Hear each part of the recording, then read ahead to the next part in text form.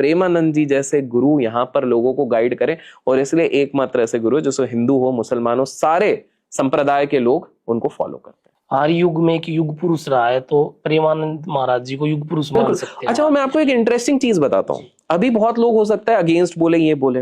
अभी एक simple example लेते हैं। हम चलते हैं द्वापर युग पे, ठीक है, चलिए कृष्ण जी के युग पे चलते हैं, ठीक है।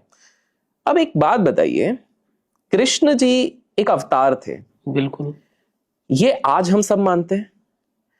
अगर इसकी गारंटी कंस मामा को होती, या वो जो बगुला बन के राक्षस बना था, या वो अजगर बन के राक्षस बना हुआ था, या जितने भी ये राक्षस या वो जो राक्षसी थी, इन सबको अगर पता होता कि भाई ये अवतार हैं, इनसे हम भिड़ नहीं सकते, तो क्या ये कभी लड़ते? नहीं लड़ते, ही नहीं, लड़ाई नहीं होती। सही बात है।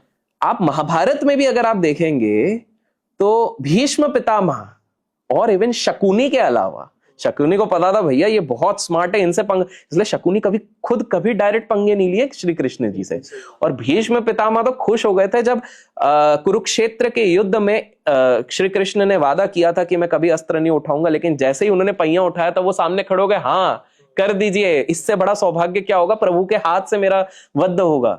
लेकिन उनको रोक लिया गया क्योंकि उन्होंने प्रतिज्ञा ली थी कि मैं अस्त्र नहीं उठाऊंगा, क्योंकि अस्त्र उठाते तो वो तो 1 सेकंड में, 1 सेकंड भी ज्यादा बोल रहा हूं, माइक्रो सेकंड में वो पूरा महाभारत खत्म हो जाता। तो आप देखिए महाभारत में भी क्या दुर्योधन को एग्जैक्टली पता था ये कितने बड़े अवतार है? नहीं पता था, तो बाद में ने रियलाइज किया। तो वैसे ही आप देखो हर एरा में जब कोई बहुत बड़ा महात्मा होता है ना, उस समय पे कुछ लोगों को पता रहता है, उस समय पे भी गांव वालों को पता था क्योंकि गोवर्धन पर्वत उन्होंने उठाया हुआ है, कालिया नाग के साथ उन्होंने नृत्य किया था।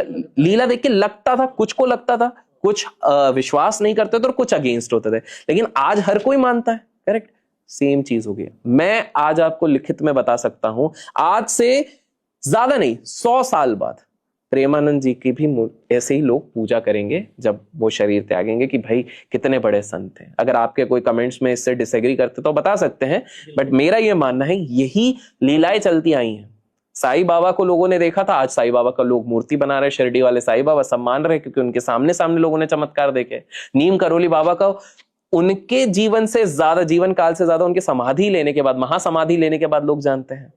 सेम अगर आप बात करें, और इन लोगों की लीलाएं इतनी बड़ी होती हैं। योगानंद परमहंस जी की अगर मैं बात करूं, यूजुअली अगर हम अपना शरीर छोड़ दें और आज यहां पर मृत हो जाए तो हमारी शरीर सड़ने लगती है।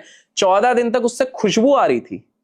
अमेरिकन कंफ्यूज थे, भाई ये क्या हो रहा है, क्योंकि उन्होंने महासमाधि खुद के, उन ऋषियों के पास ऐसी शक्ति होती है कि वो खुद बोल के अपना शरीर को छोड़ सकते हैं, त्याग सकते हैं जब उनका कार्य इस धरती काल में समाप्त होता है। साइंस फेल हो जाता है।